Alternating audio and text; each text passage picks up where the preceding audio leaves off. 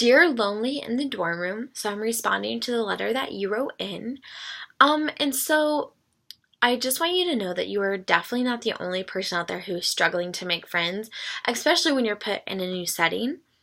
The Lifeboat book that is out there and that you can read talks about how there is a friendship crisis. And this pretty much states that there's about the average adult who only has one real friend.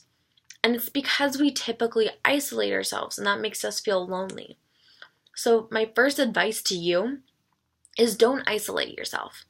You talked about lonely in the dorm room. Well, make sure you aren't just isolating yourself in your dorm room and not going out anywhere else, because you're never going to be able to meet new people if that's all that you do is you go to and from class and go back to your dorm room, or to and from the common halls back to your dorm room. Instead of doing homework in your dorm room, go to the library or a study table where there's other people around. If you see someone sitting by themselves, ask if you can join that table. Start up a conversation. In addition, go to the dining halls. If you see someone sitting by themselves, ask if you can have dinner, lunch, or breakfast with them. It's all about just putting yourself out there.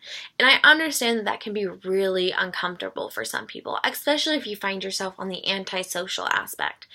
But even if that is how you are, putting yourself out there and doing something outside your comfort zone is going to help you find those friends that you're searching for. My second advice for you is to make a list of the top 5 qualities that you were looking for a friend. According to the Lifeboat, the top 5 qualities are loyalty, a decent good person, a person who will be there for you in a crisis, they like you, and is fun to be around. Now, this does not necessarily mean that these are going to be the qualities that are most important to you.